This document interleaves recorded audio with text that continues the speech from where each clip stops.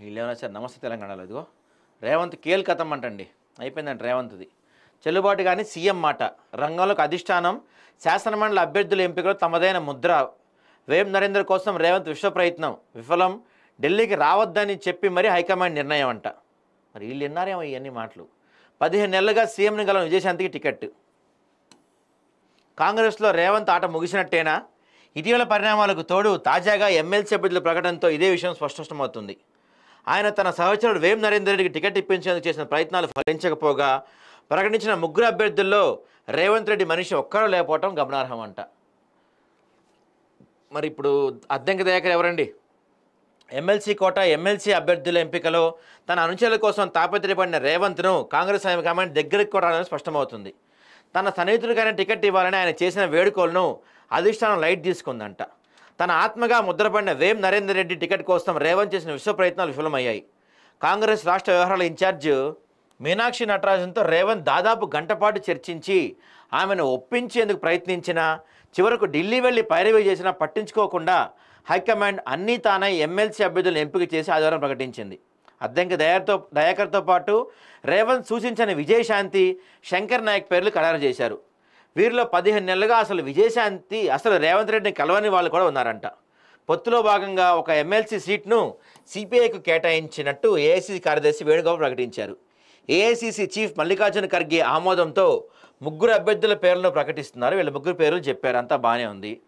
మరి వేం కోసం ఏం చేసినా తక్కువే ఓసీ కోటాలో తనకు అత్యంత సన్నిహితుడైన వేం నరేందర్ రెడ్డి టికెట్ ఇప్పించినందుకు రేవంత్ రెడ్డి కాంగ్రెస్ సీనియర్ నాయకులను అణగదొక్కారని చర్చ గాంధీ వర్గాల్లో నడుస్తుంది సిట్టింగ్ ఎమ్మెల్సీ పార్టీ సీనియర్ నేత జీవన్ రెడ్డిని మరో సీనియర్ నేత జగ్గారెడ్డిని పక్కన పెట్టి వేంకు టికెట్ కోసం విశ్వ ప్రయత్నాలు చేసినట్టు తెలుస్తుంది నరేందర్ రెడ్డి పేరును జాబితాలో తెచ్చేందుకు రేవంత్ వ్యూహాత్మకంగా చేసిన ప్రయత్నాలు ఫలించలేదు తన ప్రతిపాదనను ఒక కీలక మంత్రి వ్యతిరేకించే అవకాశం ఉన్నందున ముందే పసిగట్టి లాబోయింగ్ చేసినట్టు పార్టీ శ్రేణుల్లో గుసగుసలు వినిపిస్తున్నాయి ముందుగా డిప్యూటీ సీఎం బట్టి విక్రమార్కతో మాట్లాడి ఆయన ఒప్పించినట్టు తెలుస్తుంది తర్వాత టీపీసీసీ అధ్యక్షుడు మహేష్ కుమార్ గౌడ్పై కూడా ఒత్తిడి తెచ్చి వేం పేరును ప్రతిపాదించినట్టు సమాచారం 4 సభ్యులున్న ఎంపీ కమిటీలో 3 సభ్యులు వేంకు అనుకూలంగా ఉండటంతో 4వ సభ్యుడిగా ఉన్న కీలక మంత్రి ఒకరు ఇదంతా చూస్తూ మౌనంగా ఉన్నారని సమాచారం మంత్రి పొంగులేటి సిఫారసు మేరకు ఎస్టీ కోటా కింద ఖమ్మం జిల్లాకు చెందిన విజయబాయికి సీటు ఇప్పించాలని ప్రయత్నించినట్టు తెలుస్తుంది రేవంత్ పట్టుబట్టి టీపీసీసీ మీద ఒత్తిడి చేసి వేం నరేందర్ రెడ్డి విజయబాయి పేర్లతో పాటు అద్దంకి దయాకర్ పేరుని అధిష్టానానికి పంపగా వారిలో ఇద్దరిని పక్కన పెట్టి అద్దంకి మాత్రం అవకాశం ఇచ్చింది శంకర్ నాయక్ కోసం పార్టీ సీనియర్ నాయకుడు జానారెడ్డి ఏకంగా అధిష్టానం వద్దే చక్రం తిప్పాడంట ఇక గడ్డుకాలం మొదలైనట్టేనా అని చెప్తున్నానండి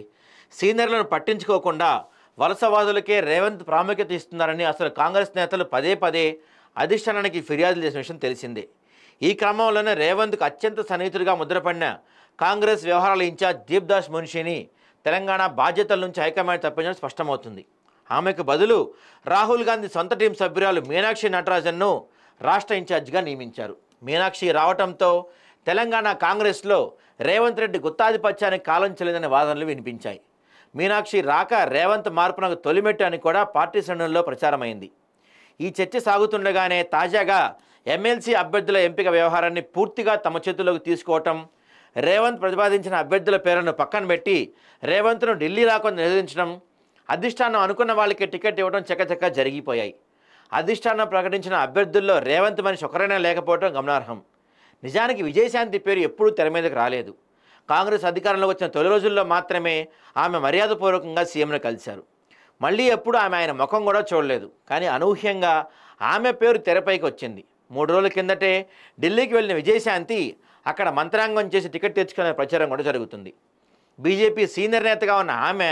అసెంబ్లీ ఎన్నికల ముందు కాంగ్రెస్లో వచ్చారు ఆమె పార్టీలో చేరినప్పుడే ఎమ్మెల్సీ పదవి హామీ తీసుకున్నారని అదే విషయం ఏఏసీకి గుర్తు చేసి టికెట్ తెచ్చుకున్నారని ఆమె సన్నిహితులు చెప్తున్నారు ప్రకటన వచ్చే వరకు శంకర్ నాయక్ కూడా రేస్లో లేరు కాంగ్రెస్ సీనియర్ నాయకుడు మాజీ మంత్రి జానారెడ్డి నేరుగా అధిష్టానంతో మాట్లాడి శంకర్ నాయక్ టికెట్ ఇప్పించుకునే ప్రచారం జరుగుతుంది తుంగతుర్తి అసెంబ్లీ సీట్ త్యాగం చేసిన అద్దంకి దయాకర్ పేరు మొదటి నుంచి వినిపిస్తున్నదే ఈ దెబ్బతో రేవంత్ గడ్డు కాలం మొదలైనట్టేనని పార్టీ శ్రేణులు భావిస్తున్నారంట వాళ్ళు భావిస్తున్నారో తెలియదు కానీ వీళ్ళైతే భావిస్తున్నారండి నమస్తే తెలంగాణ వాళ్ళు